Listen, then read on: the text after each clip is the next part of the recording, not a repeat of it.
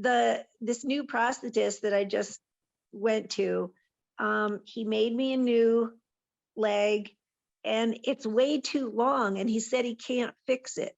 So I put lifts in my other shoe to make me closer in height, but then because I have neuropathy, it rubbed my ankle off on my other foot. So let me get this straight.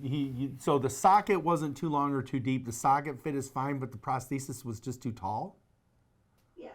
I have a hard time understanding. For one, if it's not right, it needs to be fixed. Right. Period. That's period. There's no such thing as I can. If you have to redo it, you redo it. You can't have leg. For one, you can have back Right. That's not a minor thing. But you should be in an adjustable system where all he has to do is... sometimes feet, depending on build height, there are times where a prosthesis the final construction of a prosthesis may not be adjustable height-wise, but I think Scott hit the nail on the head. Then there needs to be a redesign. If that's not if that's not the right height for you and your hips can't be level when you stand then on it, you don't have the right foot if that's the reason. Then it's been designed wrong, just from the outset. So how do I approach him about that? Because he just told me flat out that he couldn't fix it. So number one is, try to communicate with him again. Just tell him that it's, make sure that he knows that, this has caused a problem on your other foot. If that's not a solution, then the next person I'd speak with is your doctor about it. And make sure that your doctor understands that you're just not in a system that's working for you, and find out if they have any solutions. Well, no chiropractor or doctor is going to tell you should settle for a leg that's too long. Exactly. There's too many complications that you can experience as a result of that. And it may be something that maybe a conversation maybe a conversation needs to come from your doctor to the prosthetist about how serious this is and how it's not acceptable. Saying I can't fix it is an unacceptable answer. You can't accept that. And then the last place that you can go would be to your insurance company. They did purchase a prosthesis on your behalf. I do say that's the last one because obviously you want to try to find a reasonable solution before you go to that, right? Yes. Yeah.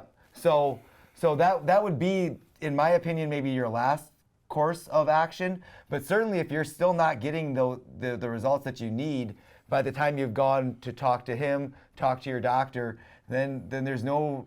Then, the insurance company would be the next place to go. One of the things we love about this field and what we do is that all of our products are custom made. Mm-hmm. That means we have the freedom to design and make something that works. So when you said something earlier, and Nate and I were just having a conversation yesterday, so I'll say it since it's coming up. We hate the word I can't. We don't believe in that. Right. We if I sold off-the-shelf products, and I would put them on you, and this is all that I have, but we make stuff. That means whenever something isn't working for somebody, we design and make stuff so that it does what it's supposed to do. And it's just a matter of, like I said, a lot of the reason why we got to the point where we like to have our own clinics and we're owners is because we can take ownership and responsibility. If something needs to be redone to get it right or whatever it takes, it's going to be right. So just like we don't like the word I can't in our technical labs. You shouldn't like that in the patient room when you're you shouldn't accept that from a prosthetist either, I guess. If that's not too much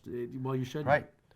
Here's the thing, if it's causing damage to your other foot that's has neuropathy, then you're putting yourself in a risk of infection, of things of creating an amputation on your other foot.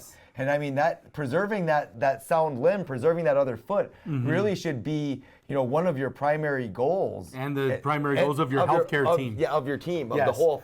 And I'm going to take it a step further. One of the things that makes a prosthesis medically necessary, according to insurance companies, is how it reduces wear and tear on your sound limb. Well, this is failing to live up to that standard if I'm just arming you with some more information. So. Yeah. There's plenty of pylon. Yeah, like I said, I wanted to give the benefit of the doubt in case there were some other issues, but I see no reason why that can't be changed. They should just be able to. Yeah, the height on that prosthesis is absolutely adjustable. It would require cutting. It would require disassembling it, cutting that pylon, and then reassembling it. So it's not something that you could do on your own, obviously. But it shouldn't even be hard for that is certainly something that is adjustable, and it has a lot of adjustability that's still there and available. if I had that in my schedule and that was all I had to do, I'd call that an easy appointment. Right. Yeah. So. Yeah.